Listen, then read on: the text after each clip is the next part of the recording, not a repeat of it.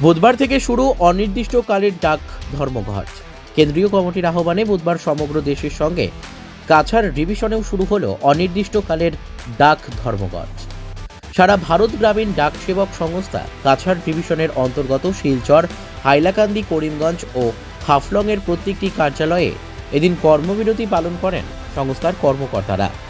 সংবাদ মাধ্যমের প্রতিনিধিদের সঙ্গে কথা বলতে গিয়ে তারা জানান, দেশের 2,73,000 কর্মী দীর্ঘদিন যাবৎ বিভাগের হয়ে কাজ করে আসছেন, কিন্তু সরকার কর্তৃক এখনও তাদের বেতন প্রদান করা হচ্ছে না। চিলড্রেন এডুকেশন অ্যালাউন্স ও মেডিকেল সুবিধে থেকেও বঞ্চিত গ্রামীণ ডাক সেবকরা। সরকারের অনীহা ও বঞ্চনার বিরুদ্ধে সংস্থা 11 দফা দাবি আদায়ের লক্ষ্যে গোটা দেশ জুড়ে অনির্দিষ্টকালের ডাক ধর্মঘট পালন করতে বাধ্য হয়েছেন। 5 লক্ষ টাকা গ্রুপ ইন্স্যুরেন্স প্রদান করা, বছরে 180 দিনের ছুটি মঞ্জুর, জিডিএস দের ল্যাপটপ ও ব্রডব্যান্ড নেট পরিষেবা প্রদান করা ও সিনিয়রিটি ভাতা প্রদান সহ অন্যান্য বিভিন্ন দাবি নিয়ে এদিন সরকারের দৃষ্টি আকর্ষণ করেছেন তারা। সরকার তাদের এই দাবি অতি সত্বর পূরণ না করা পর্যন্ত তাদের এই ডাক ধর্মঘট অব্যাহত থাকবে বলে এদিন কড়া ভাষায় জানিয়েছেন তারা। Bureau report, Nababarta today.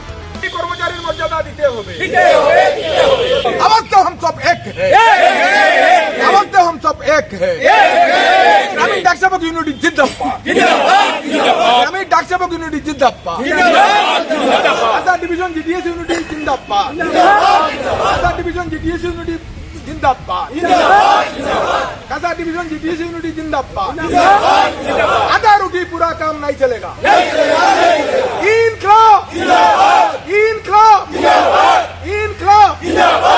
Group insurance প্রদান করতে হবে, বছরে 180 দিনের বেতন সহ ছুটি মঞ্জুর করতে হবে, জিডিএস এর গ্র্যাচুইটি 5 লক্ষ টাকা মঞ্জুর করতে হবে, সব ধরনের ইনসেন্টিভ বাতিল করতে হবে, বাৎসরিক ইনক্রিমেন্ট এবং শ্রেণীবিভেদ প্রথা বন্ধ করতে হবে, জিডিএস এর টার্গেটের কাজ করানো বাতিল করতে হবে, জিডিএস এর ল্যাপটপ, প্রিন্টার এবং ব্যাংক সহ নেট পরিষেবা করতে হবে।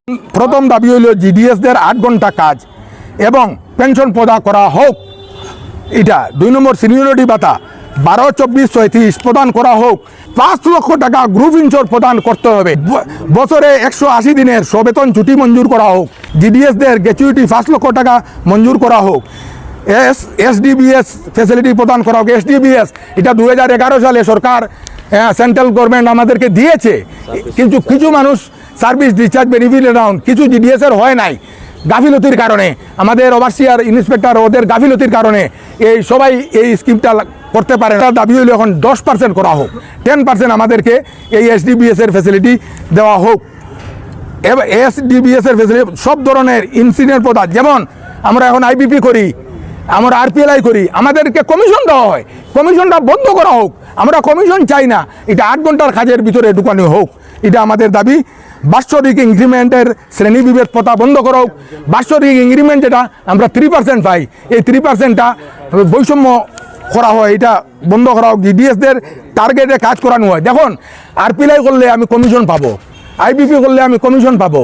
আজকে আমি কমিশনের কাজ করলে আমি পাইবো আমার স্বার্থ, না পাইলে আমার ডিপার্টমেন্ট আমাকে টার্গেট কীভাবে দেয়, বলে তুমি করতে হবে, আমি করতে হবে 4 ঘন্টা করবো, 5 ঘন্টা কাজ করবো, সেটা কেন সেটা কেন করবো? জিডিএসদের ল্যাপটপ আমাদেরকে নামমাত্র এটা মোবাইল দিয়েছে, আমরা চাই ল্যাপটপ, আমরা চাই এই প্রিন্টার।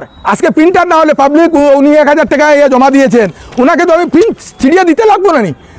এই প্রিন্টার নাই, মেশিনটা দিয়েছে কিন্তু ওর সঙ্গে প্রিন্টার দিতে হবে, এই সিস্টেম দেওয়ার জন্য।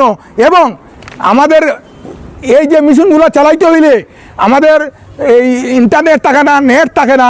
এই নেট এবং ইন্টারনেটের সুবন্দোবস্ত কাছাড় ডিভিশনে নাই। এইটা কাছাড় ডিভিশনে এইটা সুবন্দোবস্ত করে এরপরে জিডিএসকে হয়রানি করা। এবং জিডিএস যেমন আপনি বিপিএম ব্রাঞ্চ পোস্টার রিক্রুটমেন্ট হয়েছেন, কিছুদিন পরে আপনাকে এমডি মেইল আনো, কিছুদিন পরে আপনি ডেলিভারি। একটা মানুষ, একটা মহিলা, আমার একটা মহিলা, হে যদি 3 ঘন্টা 4 ঘন্টা অফিস করে 8 কিলোমিটার দূরে সাব অফিসে গিয়ে মেইলটা রিসিভ করে, আবার সঙ্গে সঙ্গে ফোন আসবে, 22টা চিঠি সব ডেলিভারি হয়ে গিয়েছে নি?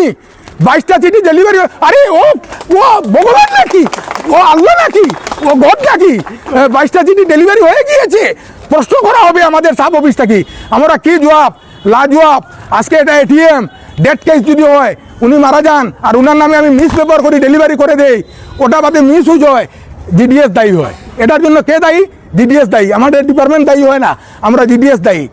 আমাদের অনির্দিষ্টকালের ডাক ধর্মঘট অব্যাহত থাকিবে, অব্যাহত থাকিবে। এটা কোনো মতেই বন্ধ হবে না। সরকার অনেক চাল বাহানা, অনেক চেষ্টা। 11 তারিখে দিল্লির আমাদের মিটিং হয়েছে, কমরেড এস মহাদেব ভাইয়া, দৈন্যকান্ত বরা, কমরেড এস মহাদেব ভাইয়া, ও এনইউজিডিএস সেক্রেটারি নাম কি দেবা, পি মুরলীধরন, এনইউজিডিএসের ওরা বসছে। কালকে থেকে 14 ডিসেম্বর থেকে আমাদের বৃহত্তর একটা সংগঠন এনএফপিজিডিএস, ন্যাশনাল ফেডারেশন এমপ্লয়ি ইউনিয়নের, ওরাও কালকে থেকে যোগ দিবে।